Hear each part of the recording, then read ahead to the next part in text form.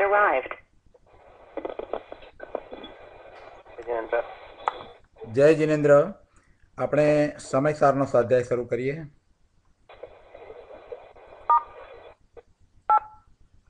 Entry and exit chimes are off. Q&A mode is on. Participants may now unmute themselves. Presentation mode is on. Only organizers can be heard.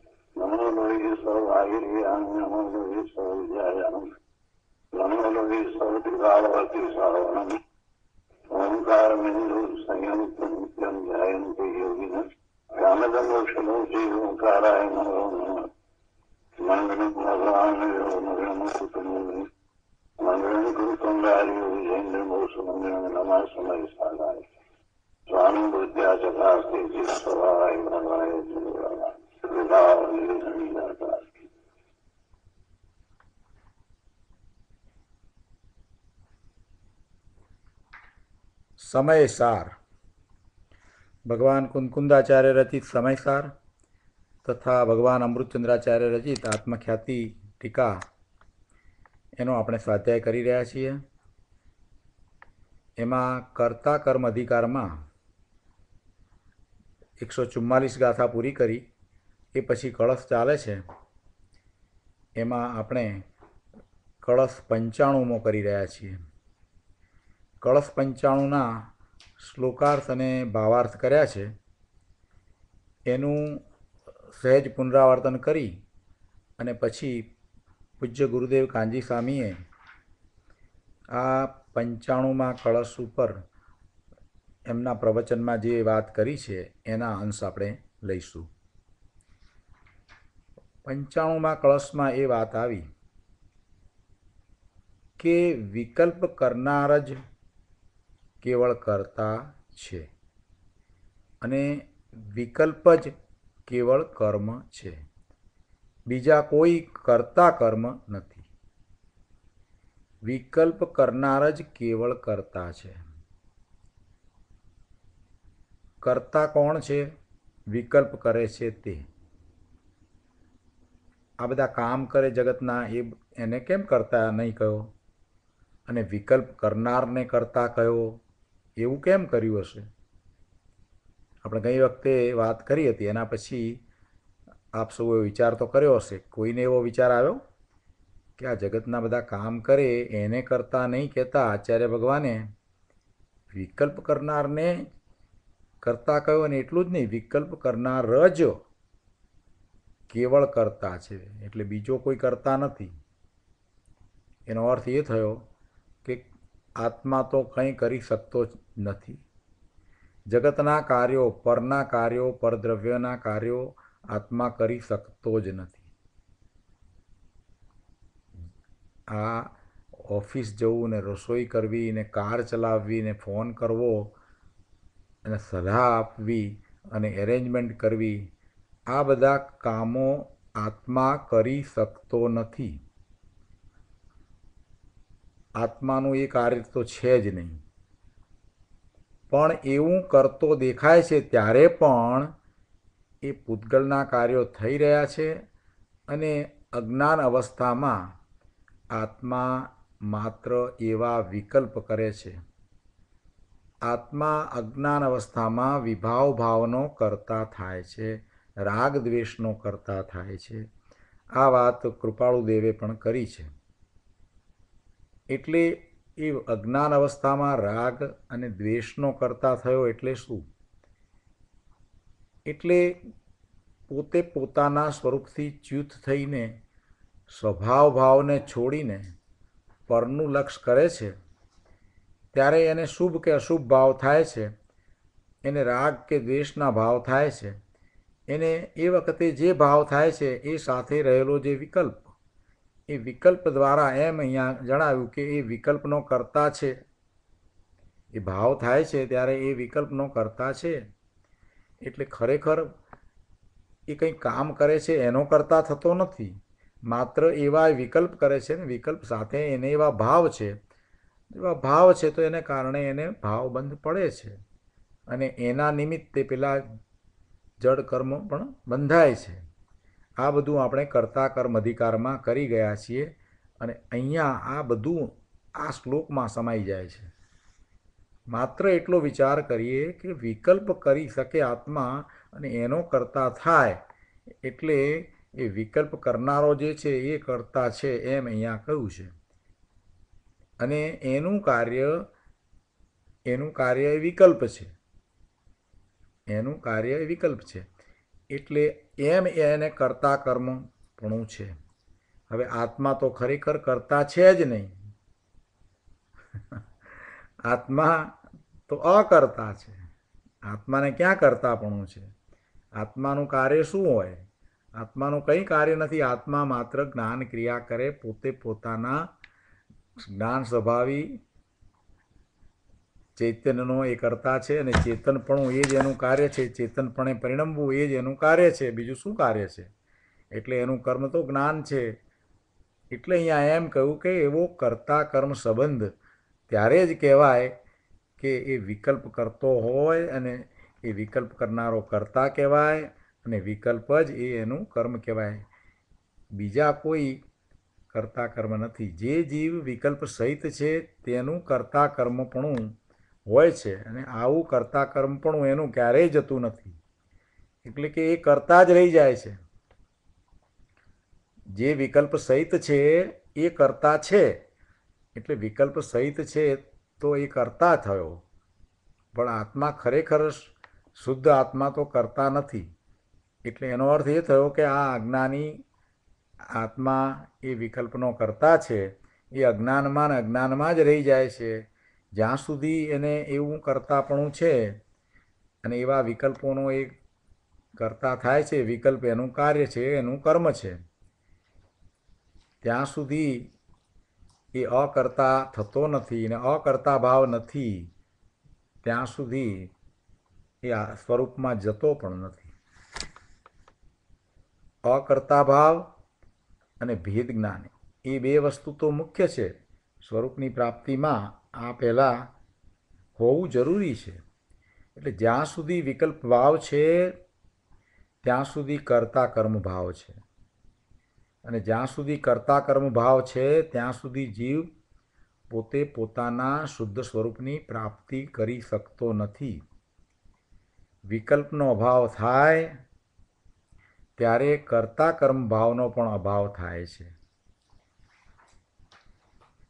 હવે આના ઉપર આપણે પૂજ્ય ગુરુદેવે જે વાત કરી છે એને પણ લઈએ.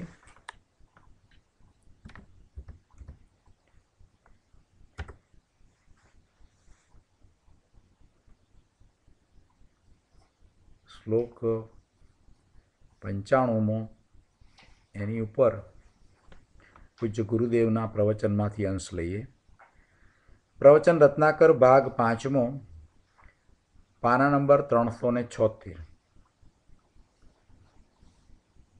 એની પહેલાં આપણે ભાવાર્થની પહેલાં લઈએ.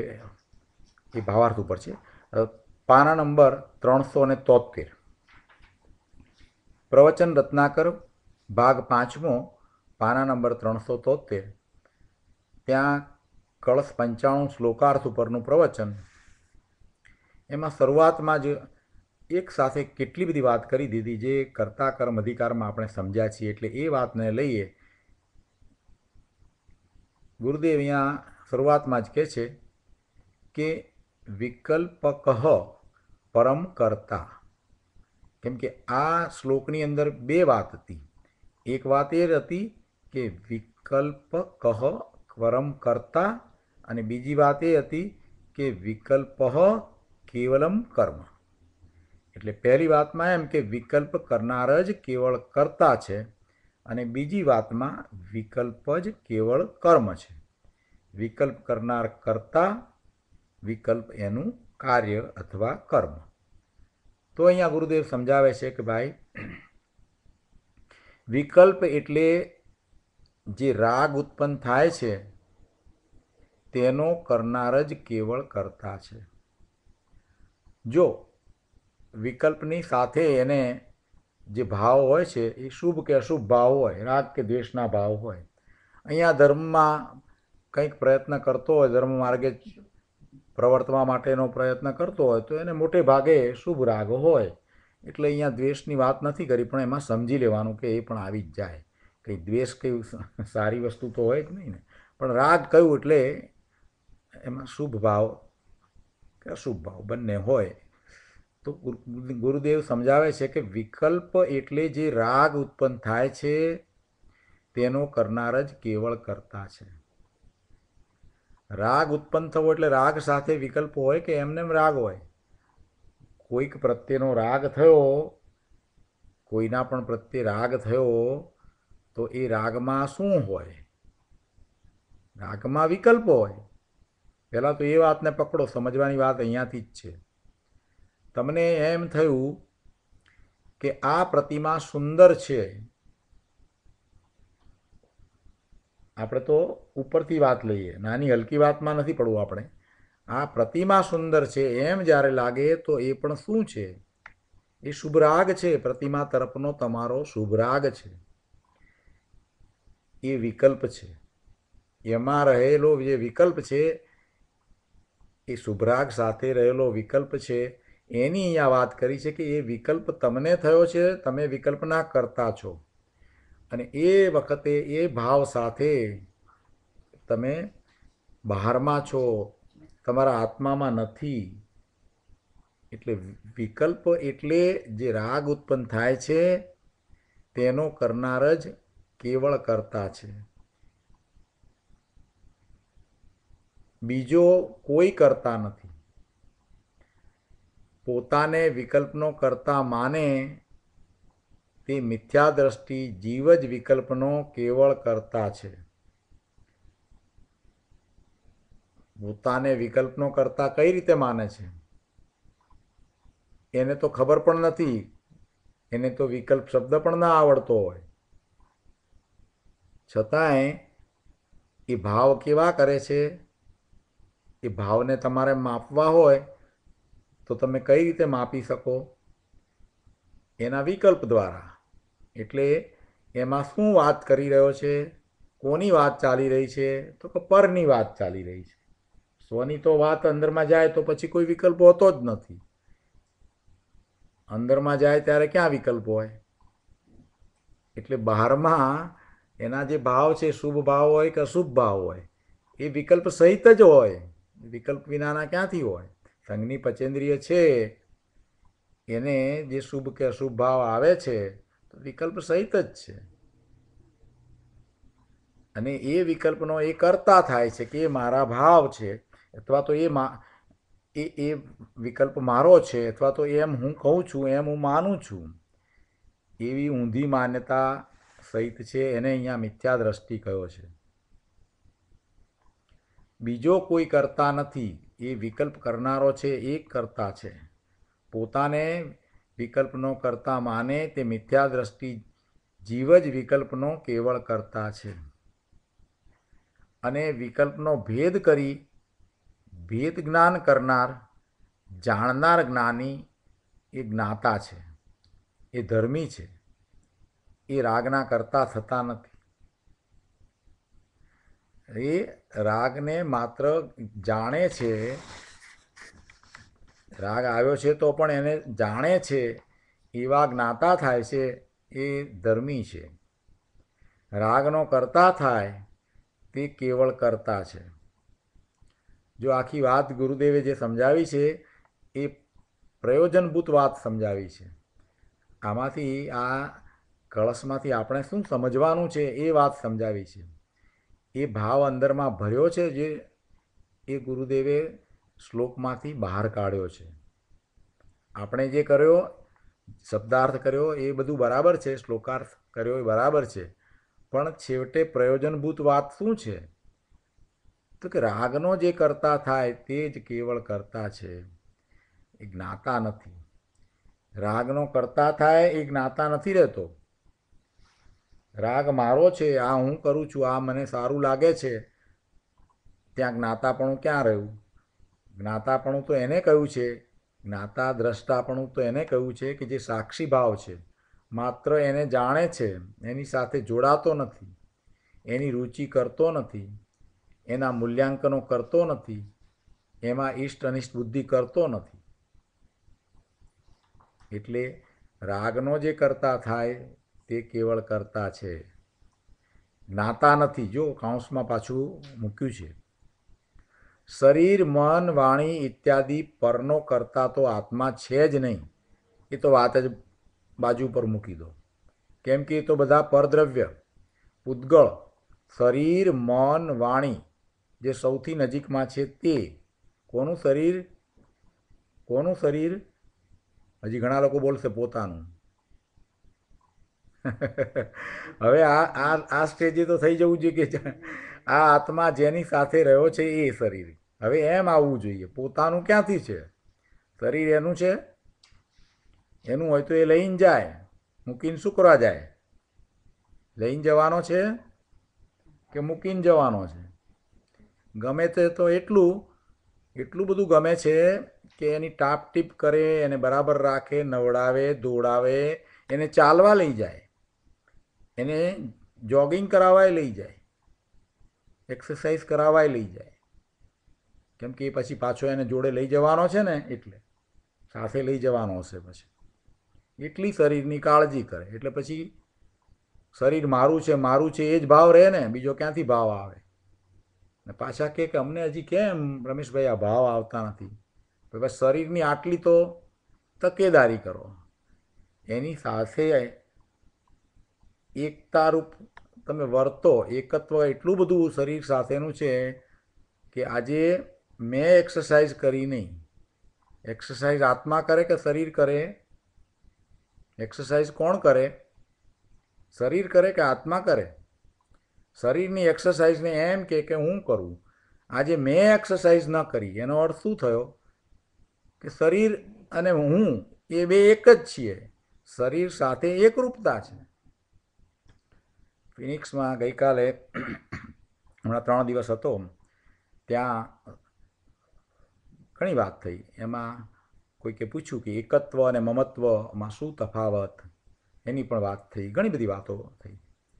આ એકત્વ, હું એક્સરસાઇઝ કરું છું એ એકત્વ. હું એક્સરસાઇઝ કરું છું કે શરીર કરે છે?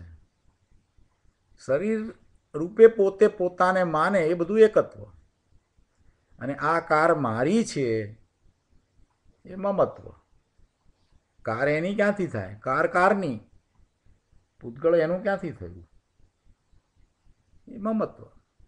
આજે એની વાત નથી કરવી. આ તો અહીંયા વાત આવી છે એટલે આપણે લીધી કે શરીર મન વાણી ઇત્યાદિ પર, એ પરનો કરતા તો આત્મા છે જ નહીં. એ પરનો કરતા એટલે પરના કાર્યો કરવાવાળો તો આ આત્મા છે જ નહીં.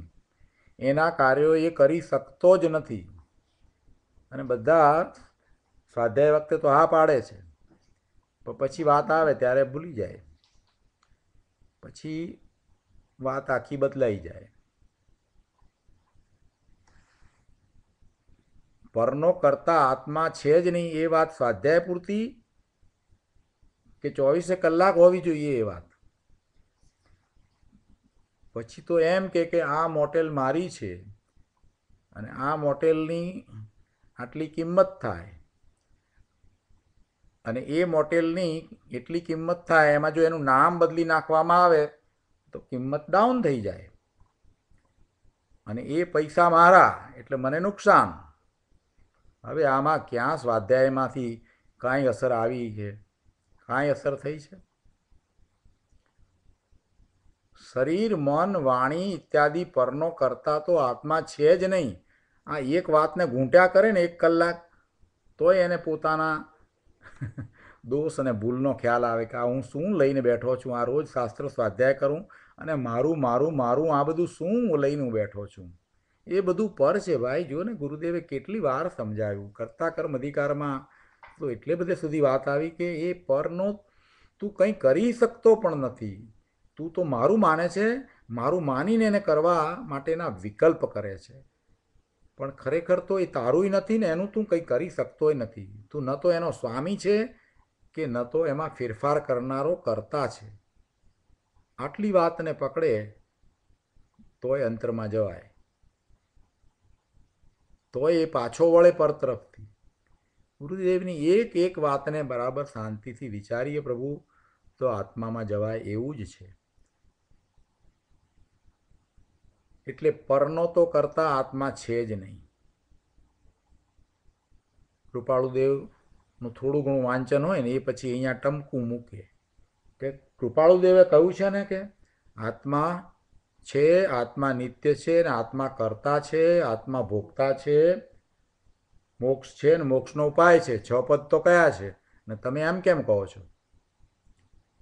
આવો વિરોધાભાસ હશે?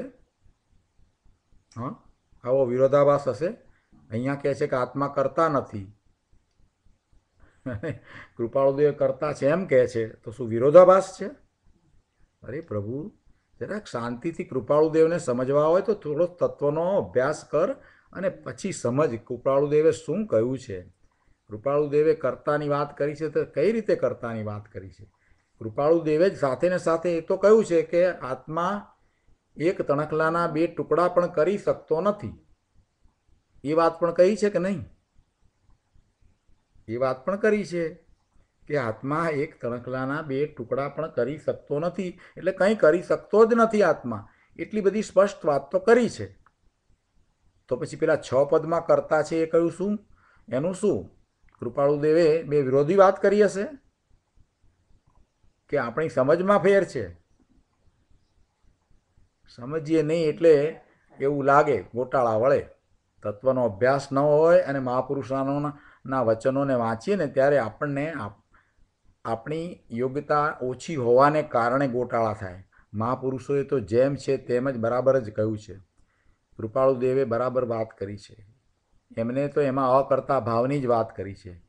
આત્મા કરતા છે એમાં 3 વાત કરી છે. આપણે ગઈ વખતે પણ વાત કરી હતી, પણ આજે શાંતિથી વધારે વિસ્તાર એટલા માટે કરીએ છીએ કે આ કર્તા કર્મ અધિકાર પૂરો થાય છે તો બધી વાતની આપણે લેવી છે.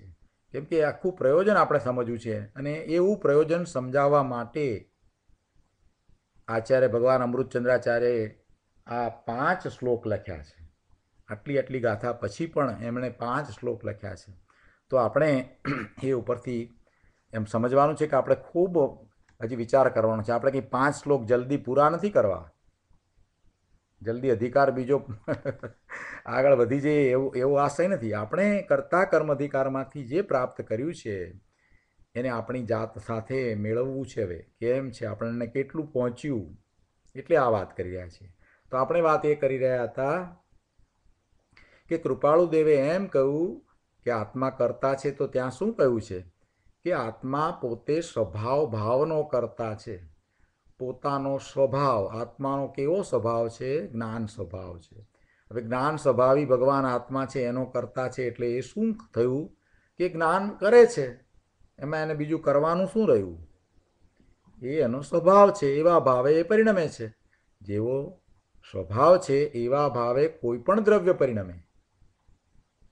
એકલું જીવ દ્રવ્ય જ કંઈ એના સ્વભાવ ભાવે પરિણમે છે એમ નથી. જેટલા જગતમાં દ્રવ્ય છે એ બધા એમ દ્રવ્ય પોતાનામાં રહેલા ગુણ પ્રમાણે એના ભાવે પરિણમે છે. આત્મા જેવો સ્વભાવ છે એવા સ્વભાવ ભાવે પરિણમે છે, એટલે આત્મા સ્વભાવ ભાવનો કરતા છે એમ શબ્દમાં કહેવાય. એમ કહેતા વિચાર કરીએ તો આપણને થાય તો કે આમાં તો શું કરવાનું રહ્યું આત્માને? એનામાં ગુણ છે, એવો સ્વભાવ છે, એવું પરિણમન છે, એટલે કે આત્મા અકર્તા છે. એનો અર્થ એવો થયો કે આત્મા અકર્તા છે. કૃપાળુદેવે પણ આત્માને અકર્તા જ કહ્યો છે, પણ સાથે બીજી વાત પણ કરી છે. વ્યવહારથી જે કથન કરવામાં આવે એની પણ વાત કૃપાળુદેવે કરી જ છે. શું કહ્યું છે કે અજ્ઞાન અવસ્થામાં આત્મા રાગ દ્વેષનો કરતા છે. રાગ દ્વેષમાં શું રહ્યું છે? વિકલ્પો રહ્યા છે, અને એ અજ્ઞાન અવસ્થા છે. એટલે અજ્ઞાન અવસ્થામાં એ રાગ દ્વેષનો કરતા છે, એટલે વિકલ્પનો જે કરતા થાય છે એ રાગી છે, દ્વેષી છે.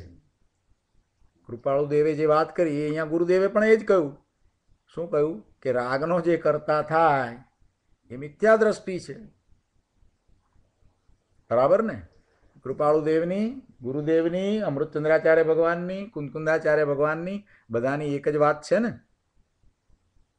કૃપાળુદેવે ત્રીજી વાત પણ કહી છે કે ઉપચારથી આત્મા ઘર નગર આદિનો કરતા છે. ઉપચાર, માત્ર ઉપચાર કરવામાં આવે, જે છે નહીં અને ઉપચાર કરવામાં આવે.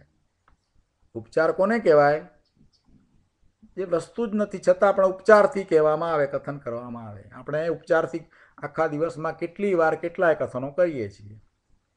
કેમ છો? તો કે મજામાં. શું મજામાં છો? પેટમાં દુખે છે અને પાછા કહો છો કે મજામાં. અથવા માથું દુખે તો આપણે કહીએ છીએ કેમ છો? તો કે બસ સારું છે. એમ નથી કહેતા કોઈ સામે મળે તો કે ના નથી સારું, આમ છે તેમ છે. એ બધા ઉપચાર કહેવાય. એટલે એવા ઉપચાર જે કરવામાં આવે એમાં આપણે સમજીએ છીએ કે આ તો માત્ર ઉપચારથી વાત કરવામાં આવી. કંઈ એમ કે મારું ગામ કયું? તો પાલનપુર મારું ગામ, કે સુરત મારું ગામ, કે ભાવનગર મારું ગામ. એ બધું શું કહેવાય? એ ઉપચાર કહેવાય. કે ભાવનગર તારું ગામ થઈ ગયું, ગામમાં રહ્યું અને આખું ગામ એટલી વસ્તી, એ બધું તારું, એ બધો ઉપચાર કહેવાય. તો ઉપચાર છે તો ઉપચાર છે, ઉપચારને ઉપચાર સમજવાનો. અને અજ્ઞાન અવસ્થામાં જે કહેવામાં આવ્યું એને વ્યવહાર નહીંનું કથન કહેવામાં આવે કે એ રાગ દ્વેષનો અજ્ઞાન અવસ્થામાં કરતા થાય છે. એટલે વિકલ્પનો કરતા છે, એ રાગ દ્વેષનો કરતા છે.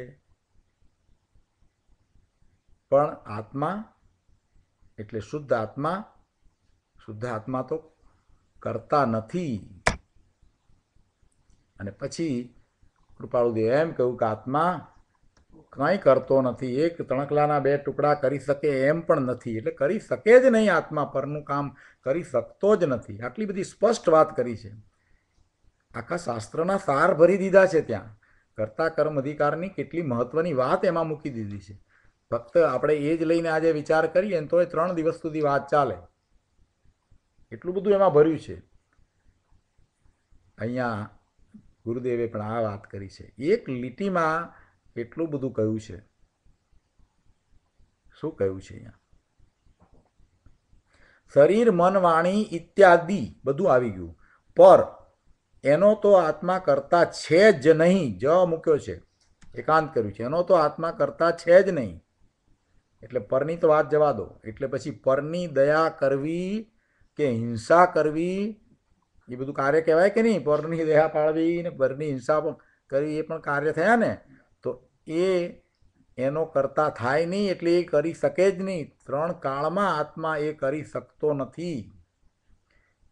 ક્યારેય કરી શકે નહીં. ભૂતકાળમાં એણે કર્યું નથી, વર્તમાનમાં કરી શકે નહીં, ભવિષ્યમાં પણ એ કરી શકે નહીં. વર્તમાનમાં કરતો નથી અને ભવિષ્યમાં પણ કરી શકે નહીં. પરની દયા એ કરતો નથી. પરની દયા ભૂતકાળમાં એને પાળી નથી, વર્તમાનમાં પાળતો નથી અને ભવિષ્યમાં પાળી શકે નહીં. કેમ કે પરના કાર્યો એ કરી શકતો જ નથી. માત્ર પરની દયા પાળવાનો વિકલ્પ એને હોય અને એ રાગ છે, શુભરાગ છે, તો એ શુભરાગનો કરતા થાય. અને જો એમ માને કે હું કરી શકું છું તો એ શુભરાગનો કરતા થયો કહેવાય. પરની દયા પાળવાના વખતે ખરેખર તો એ કરી નથી શકતો, છતાં પણ અંદરમાં એને એમ હોય કે હું પરની દયા પાળું છું, એવો જો એ રાગનો કરતા થાય તો એ મિથ્યા દ્રષ્ટિ કહેવાય. કોઈ જીવને બચાવવાનો ભાવ આવે અને જો બચી જાય તો એમાં એ એમ માનતો હોય કે મેં બચાવ્યો તો એ કરતા થયો, એ રાગનો કરતા થયો. બચાવવાનું તો કાર્ય કરી નથી શક્યો, એનો તો કરતા નથી થયો, પણ એમ માની અને એ રાગનો શુભરાગનો કરતા થયો કે હું બચાવું છું. અમે જાનવરોને પાળીએ છીએ અને અમે શું કહેવાય બધા રાખે છે ને, ઇન્ડિયામાં આપણે ભારતમાં હોય છે ને બધા પાંજરાપોળ. તો કે પાંજરાપોળમાં અમે આટલા પશુઓને છોડાવીને લાવ્યા, એમને ખાવાનું આપીએ છીએ, આમ કરીએ છીએ. અમે કરીએ છીએ. કોણ કરે છે? તો કે અમે કરીએ છીએ. પેલા પશુ તરીકે રહ્યા છે એને પશુ માને છે, એને જીવ તો જાણે માનતા જ નથી. એટલે શરૂઆતથી એ એક વાક્યની અંદર કેટલી ભૂલો. આ બધા પાંજરાપોળમાં બધા પશુ છે, બધા એને અમે બચાવીને લાવ્યા અને અમે એમને અહીંયા રાખીએ છીએ ને એમને ખવડાવીએ છીએ, પીવડાવીએ છીએ. હવે આટલી વાત કરી એ મિથ્યા દ્રષ્ટિની વાત છે. પહેલી વાત તો એ પશુ નથી, એ જીવ છે, એ ભગવાન આત્મા છે. એ પશુ છે કે ભગવાન આત્મા છે? પશુ જ દેખાય છે તમને. ક્યારે ભગવાન આત્મા તરીકે એને જોશો? જીવ માત્ર છે તે સિદ્ધ સમાન છે. કૃપાળુ દેવે પણ કહ્યું. તત્વની વાતને આપણે જીવનમાં ક્યારે ઉતારીશું? ક્યારે આપણી દ્રષ્ટિ બદલાશે? એ પશુ નથી, એ પશુ નથી. તમને એ દેખાય છે એ તો પર્યાય દેખાય છે. આવી પર્યાય દ્રષ્ટિ રાખીશું તો ક્યારે આગળ વધીશું? એવી પર્યાય દ્રષ્ટિ છોડવી. બીજી વાત કે એને બચાવ્યું. કોણ બચાવે? એનું પુણ્ય હોય કે ન હોય? એ જીવનું પુણ્ય હોય, એનું આયુષ્ય હોય તો બચે. તમે બચાવી દો, એનું આયુષ્ય હશે તો બચશે. એનું આયુષ્ય ન હોય તો તમે કેવી રીતે એને બચાવવાના હતા? એટલે એ તો એના આયુષ્યને કારણે બચ્યો છે. તમે નકામાના એનો એનો બધો શ્રેય તમે લઈ લો છો. આ તો કંઈ બરાબર નથી વાત લાગતી. કોણ બચાવે? હા, એ વાત જ બેસતી નથી કંઈ. એટલે એ મિથ્યા અભિમાન થાય. માન કસાય આપણે પોષીએ એ પણ ન હોય. અને પાછા અમે ખવડાવીએ, પીવડાવીએ, એને સાચવીએ છીએ. કોને સાચવે? એનું પુણ્ય હશે તો બધું એને મળવાનું છે. એના પુણ્યથી એ પામે છે. તમે માત્ર શુભભાવ કરો છો. અને શુભભાવ છે અને એમાં અમે કરીએ છીએ એવો શુભભાવ છે ને, એના કરતા થાઓ છો ને તો એ મિથ્યાત્વ છે. એમ અહીંયા તો કહેવું છે. ગુરુદેવ અહીંયા એ સમજાવે છે કે રાગનો કરતા થાય તે કેવળ કરતા છે, એ જ્ઞાતા નથી. શરીર, મન, વાણી ઇત્યાદિ પરનો કરતા તો આત્મા છે જ નહીં. પરની દયા કરવી કે હિંસા કરવી એ ત્રણ કાળમાં આત્મા કરતો નથી, કરી શકતો નથી.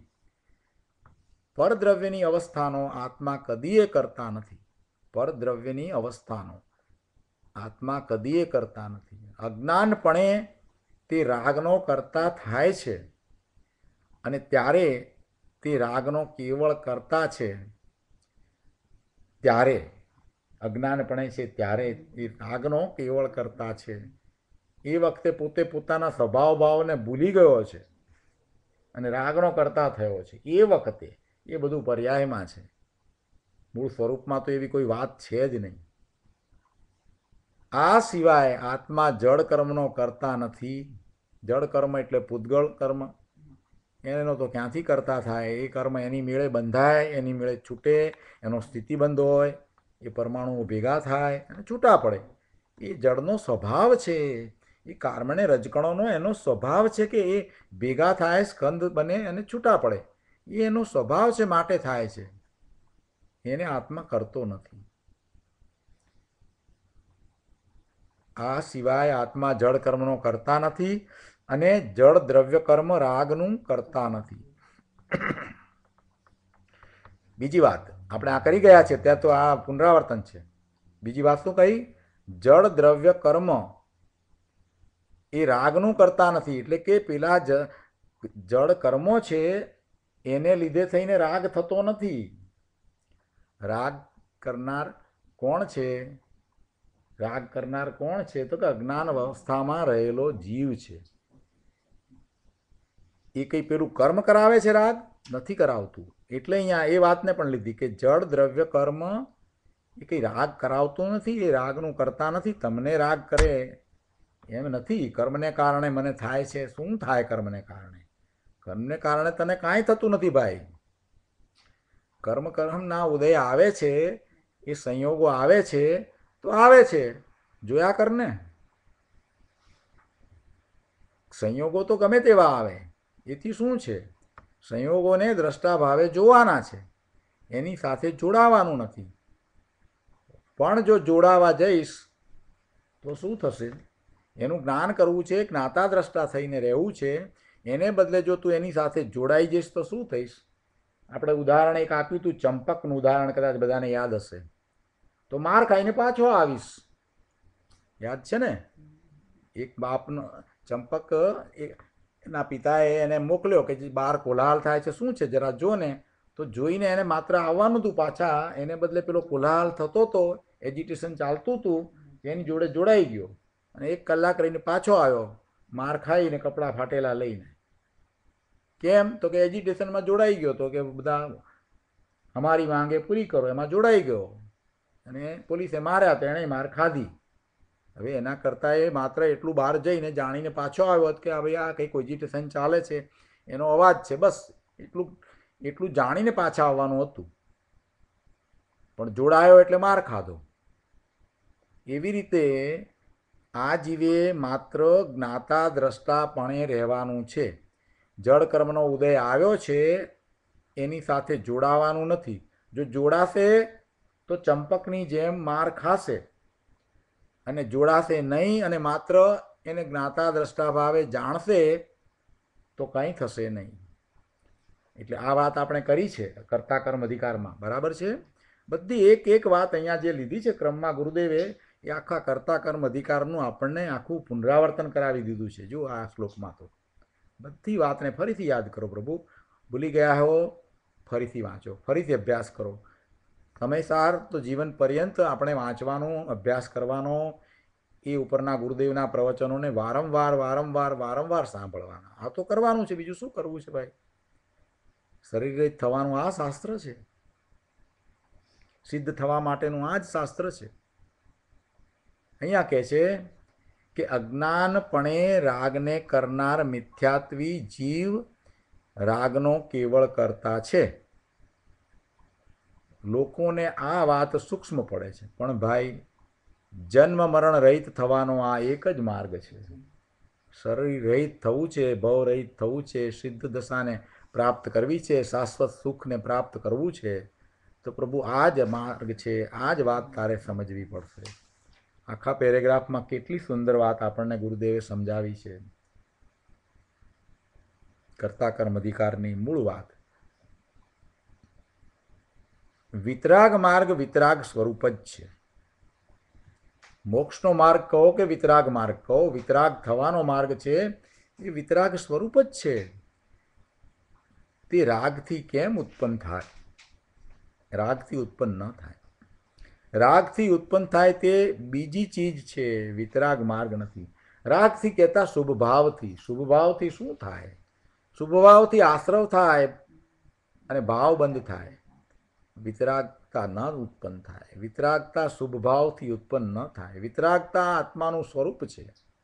વિતરાગતા અંદરમાં પડેલી ચીજ છે. એ બહારના વિકલ્પથી ઉત્પન્ન નથી થતી. એ બહારમાં રહેલા જે વિકલ્પ એને છોડીને અંદરમાં જવાથી ઉત્પન્ન થાય એવી એ ચીજ છે. અને એનો જે માર્ગ છે એ આ રાગના માર્ગથી જુદો છે, ભિન્ન છે. અહીં તો કહે છે કે રાગનો કરવાવાળો કેવળ એટલે એકલો કરતા છે. એટલે આ વાત શું કરી કે વિકલ્પ કહ, એ વિકલ્પ કરનાર પરમ કરતા. પરમ શબ્દ મૂક્યો છે ને એટલે કેવળ એકલો જ એ કરતા છે. હવે બીજું આવે છે, બીજા પદમાં અહીંયા શું કહ્યું છે કે વિકલ્પ કેવલમ કર્મ. અહીંયા વિકલ્પની વાત કરી, ત્યાં વિકલ્પ કરનારની વાત કરી. અહીંયા વિકલ્પને માટે કહે છે કે વિકલ્પ કેવલમ કર્મ, એટલે વિકલ્પ જ કેવળ કર્મ છે. જુઓ, આ વિતરાગ પરમેશ્વર દેવાધિદેવ જિનેન્દ્રદેવનો હુકમ છે.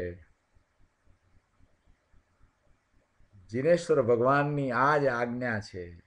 જેને શિરોમાન્ય કરવી હોય એ કરે, અને જેને ન કરવી હોય એ રખડે.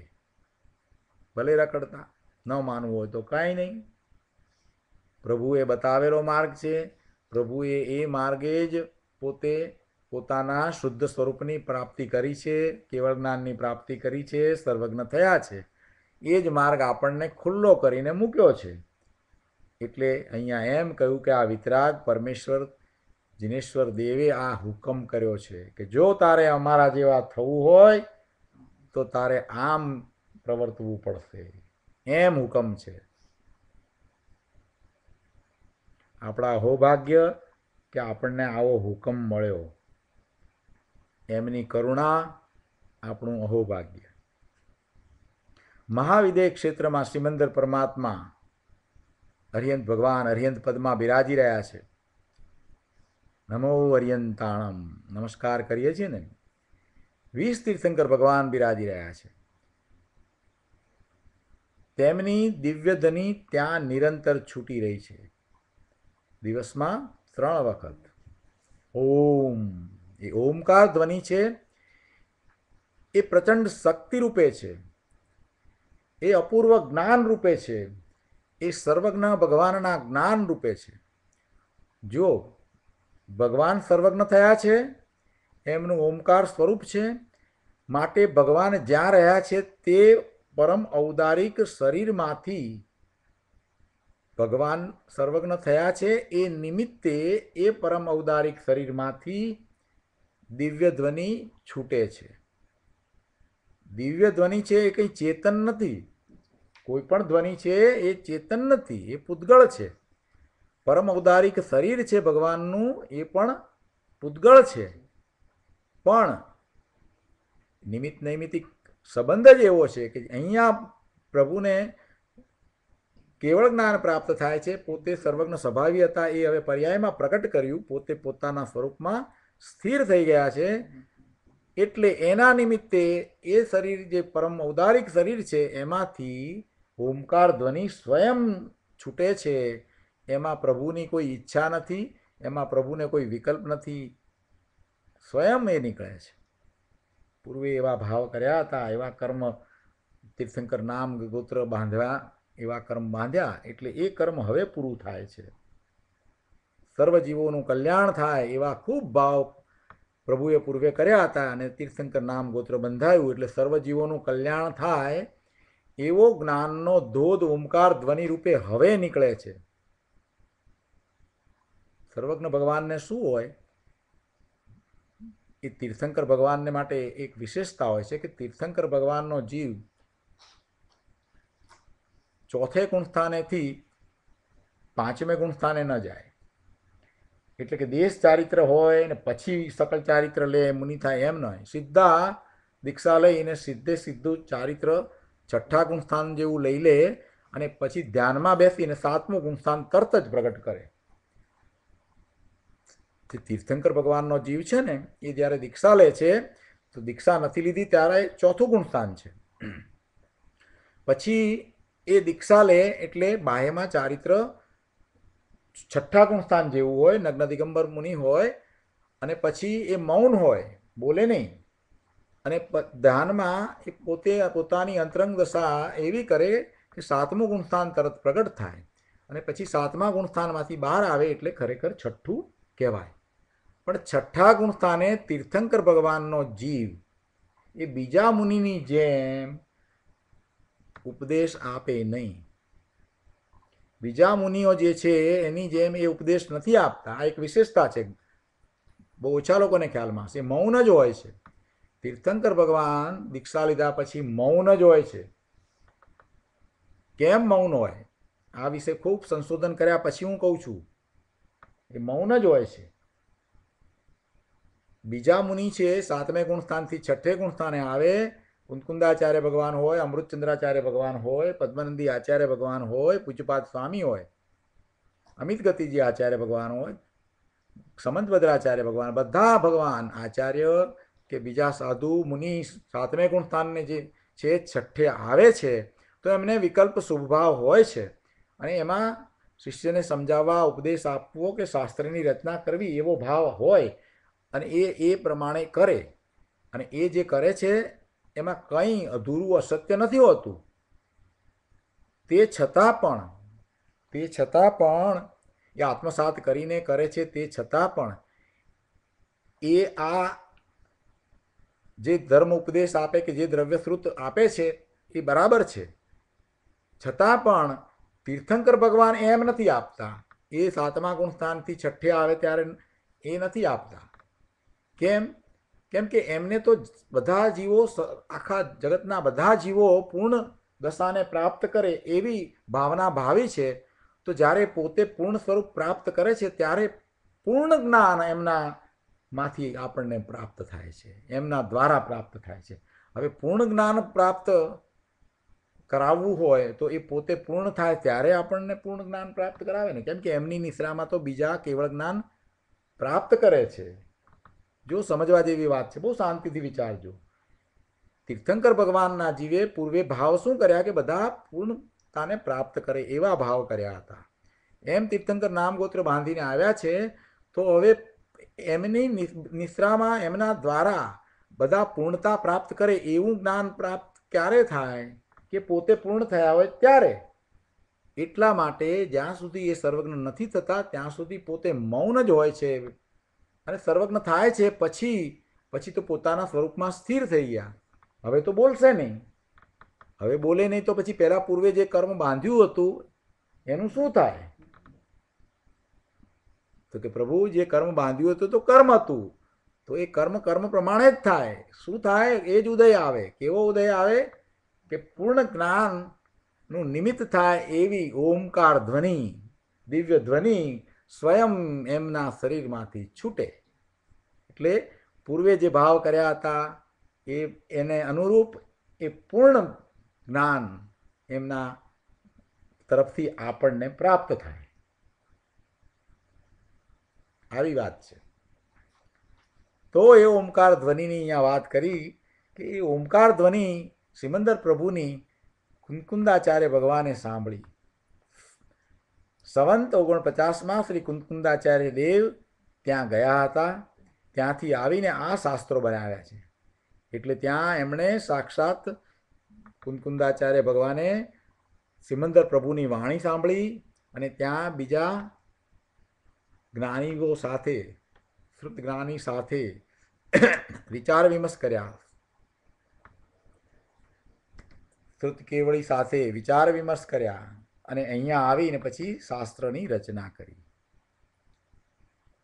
આત્મા વિજ્ઞાન ઘન સ્વભાવ હોવા છતાં જ્યાં સુધી રાગનો કરતા થાય ત્યાં સુધી તે એકલો કરતા છે અને તે રાગ તેનું કેવળ કર્મ છે.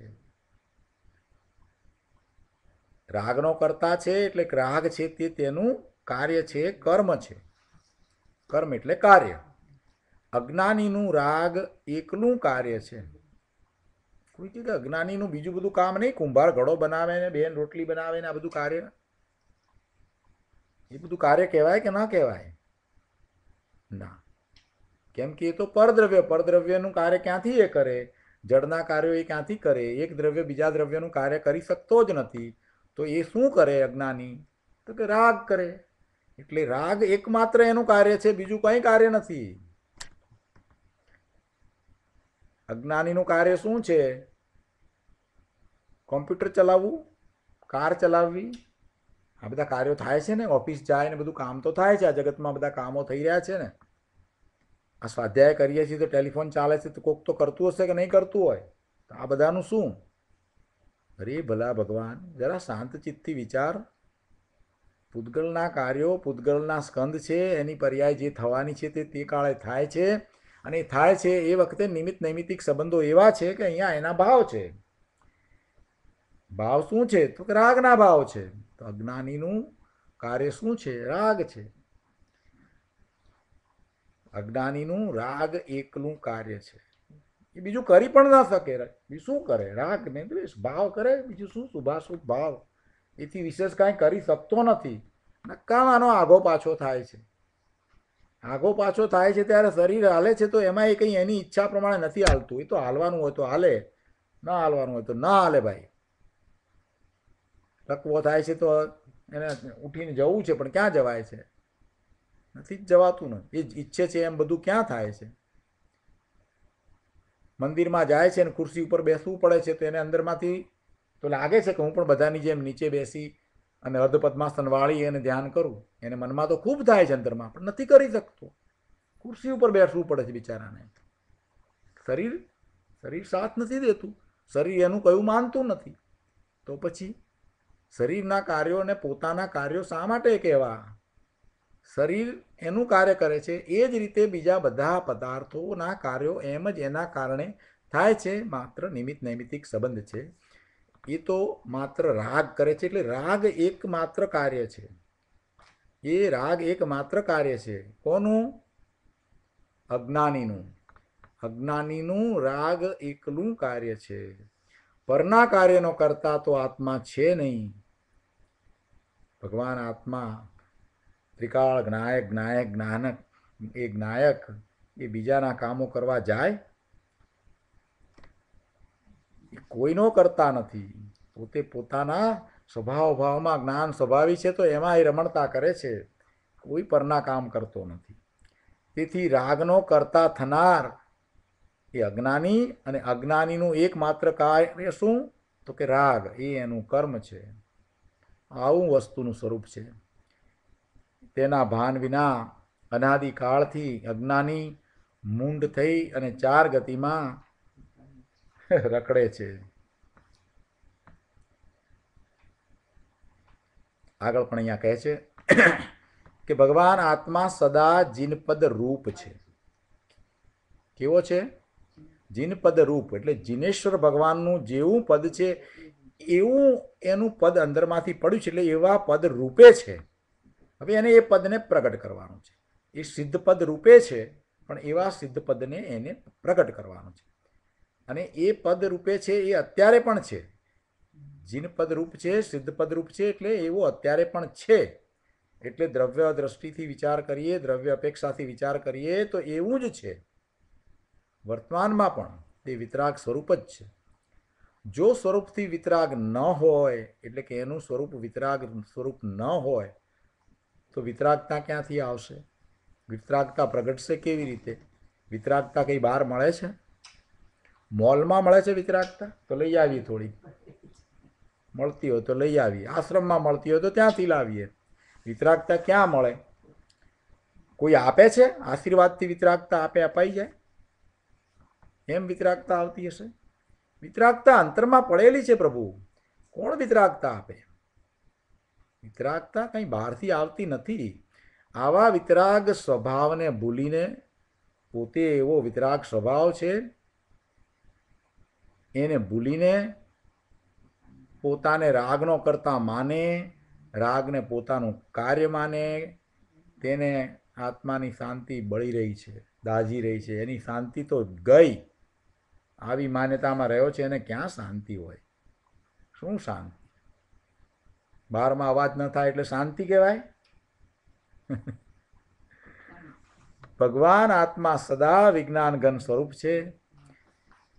એવા પોતાના શુદ્ધ વિજ્ઞાન ઘન સ્વરૂપ, જ્ઞાન સ્વરૂપથી ભ્રષ્ટ થઈને જે રાગનો કરતા થાય, તેનું રાગ એકલું કાર્ય છે.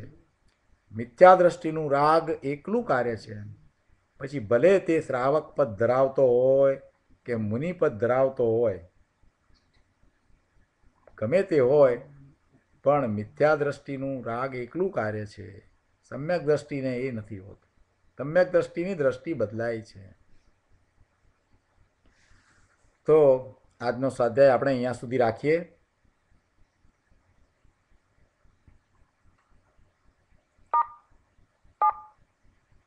Conversation mode is on. Everyone can now be heard.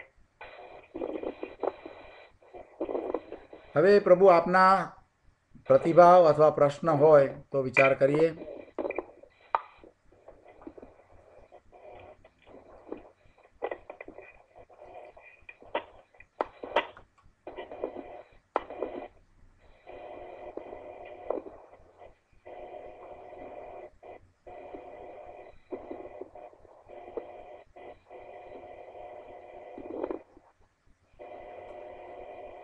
આજના સ્વાધ્યાય સંબંધી આપના પ્રશ્નો અથવા પ્રતિભાવ હોય તો લઈએ.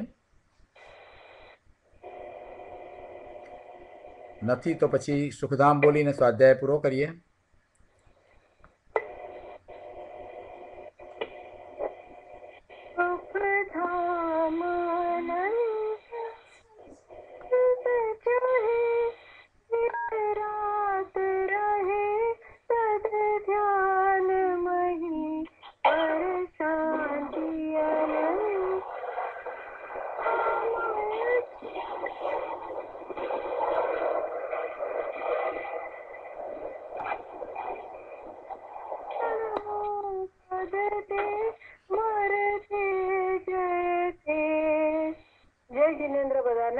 જય જિનેન્દ્ર પ્રભુ, જય જિનેન્દ્ર.